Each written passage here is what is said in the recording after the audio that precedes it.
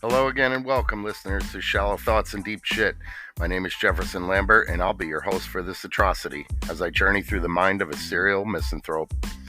You can listen to this podcast for free at Spotify, Apple iTunes, iHeartRadio, Amazon Music, Google Podcasts, Castbox, Radio Public, and Spotify for podcasters.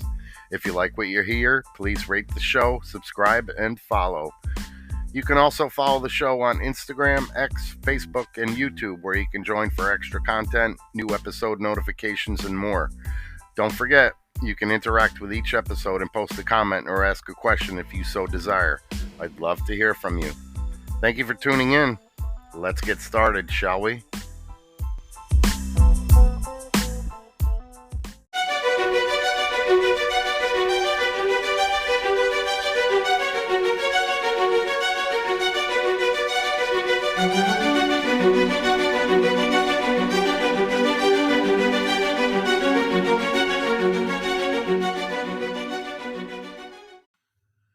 While I'm on the subject of the Orange County Fair Speedway, I wanted to share a human interest piece that I wrote for the Hard Clay magazine in April of 2014.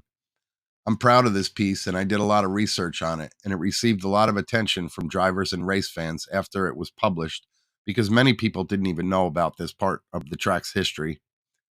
I get a little choked up every time that I read it, but I'll do my best. This is a story about a horse named Harry.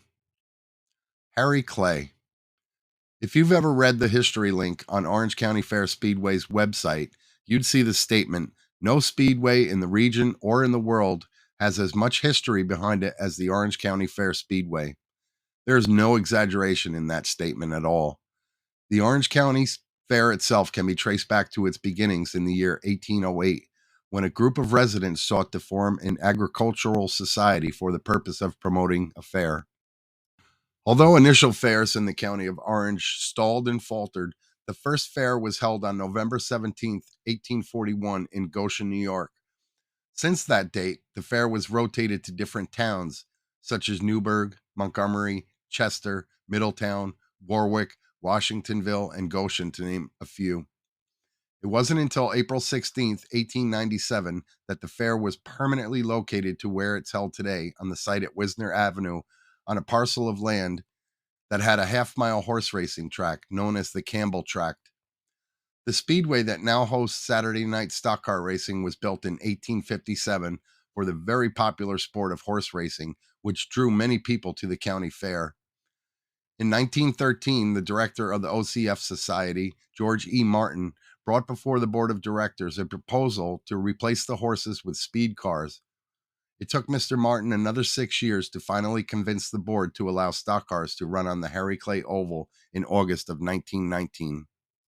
Long before they called the track the Orange County Fair Speedway, these sacred grounds were known as the Harry Clay Oval up until 1946, and then after that it was known as Victory Speedway.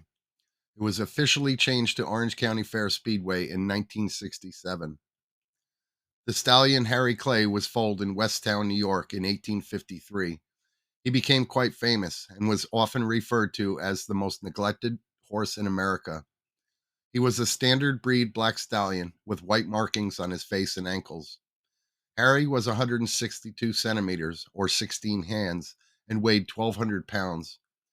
His breeder was J.D. Sayers, and Harry Clay raced from 1862 to 1865, and he won 12 of 19 races. Harry Clay used to exercise on the half-mile clay track in Orange County, even before Abraham Lincoln was president of the United States.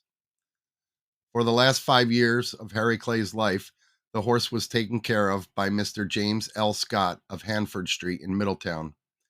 Mr. Scott loved horses for most of his life, and when he was in his late 40s, cared for Middletown's most famous horse in the final stages of his 34-year life. He was the manager of the J.D. Willis Stock Farm, Harry Clay's last owner, and Mr. Scott was the last person to ever ride Harry. In a Middletown Times-Herald newspaper article dated August 27, 1937, Mr. Scott claims the last years of the horse's life were at ease, and he had simply died of old age in his stall. 5 days before his death, the horse was unable to stand on his own feet and was hand-fed a mashed soup by Mr. Willis and Mr. Scott. Harry Clay died in April of 1887 at Mr. Willis's farm, and Mr. Scott buried the historic horse.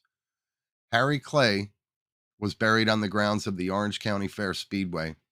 There is a small stone monument placed near the track's office to mark his passing. Today, horsepower is obviously still a big part of the Harry Clay Oval in the form of super fast, highly polished racing machines. However, the history of this great speedway was once ruled by true horsepower. The galloping hooves have been replaced with the thunderous roar of American racing engines, but racing in one form or another has survived at this location now for 166 years. Thank you, Mr. Scott. Thank you for caring for Harry Clay in his time of need during his final hours. I do hope that Harry Clay can rest in peace, even though now, once a week, we shake and rattle the earth he rests in with our own form of racing. Harry Clay paved the way and will forever be a part of this track's long and storied history.